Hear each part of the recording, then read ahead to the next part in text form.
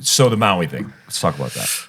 So obviously it's in preparedness, and I don't know. Do you guys know anybody who's actually affected by that? So Denver spent years in Maui, and actually myself, Denver, his partner at the time, my son, and two good friends of ours from Chicago went to Lahaina in November of last year, and they got scuba diving certified. The house we stayed at burned to the ground. Wow. Seriously? Yeah. So he knows of quite a few people who lost everything. So how did the fire start? It's speculative now.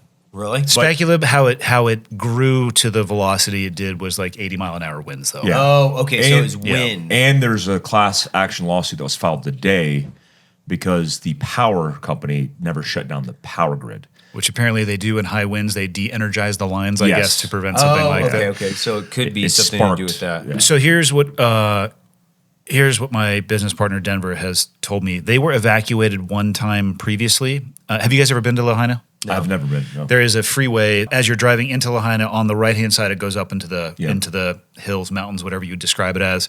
He said that they had a fire that reached the road while he was living there, and they stopped it at the road. But had they not, his estimate was that it would have done the same thing, because if you look at the architecture that was there, it was generally quite dated. Right. All wood. And a temperature that is largely dry.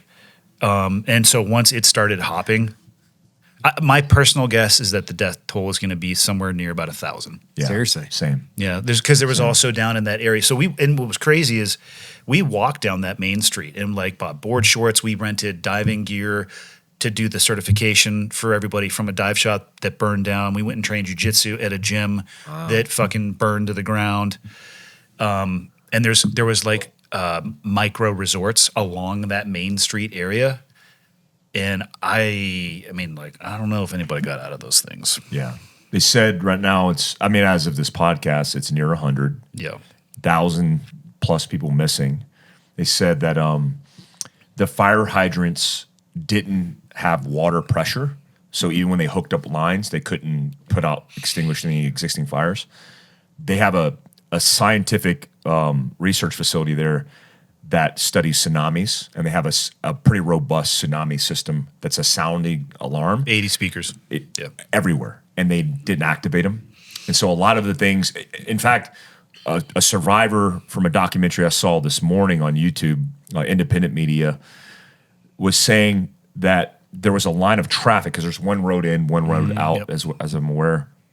And that road got blocked by tourists, because the tourists are trying to leave because of just tourist gridlock. Sure. Then when the first power lines dropped, they shut down that road because they were trying to prevent anybody getting killed from electricity, because they fell because of the winds.